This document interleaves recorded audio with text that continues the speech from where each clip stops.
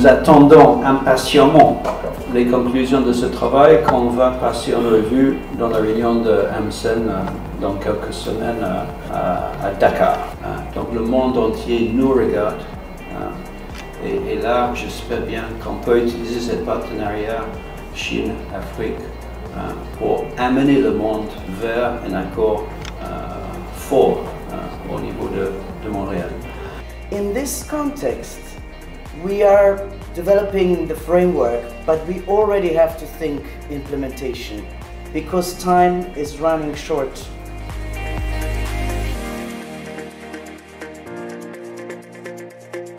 Alors, j'espère que chacun des pays ici a prêté sa position et que les discussions seront fluides et fructueuses au cours de ces 4 jours de travail. Le point 13.2.5, le Kenya, en tant que chef du groupe de travail intersessionnel jusqu'à la 74e session du comité permanent, a indiqué qu'étant donné que d'autres documents ont été soumis à la COP19 de la CITES par les Swatini, la Namibie et le Zimbabwe en relation avec ce sujet, l'extension proposée du mandat pour l'après-COP19 de la CITES donnera le temps de discuter et de s'aligner sur les 2 autres documents respectifs. That addresses all ecosystems.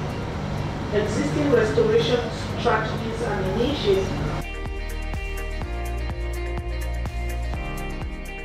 Et cette réunion est d'autant plus intéressante qu'elle se fait en mode présentiel et online. Il y a des textes sur lesquels il y avait des brackets.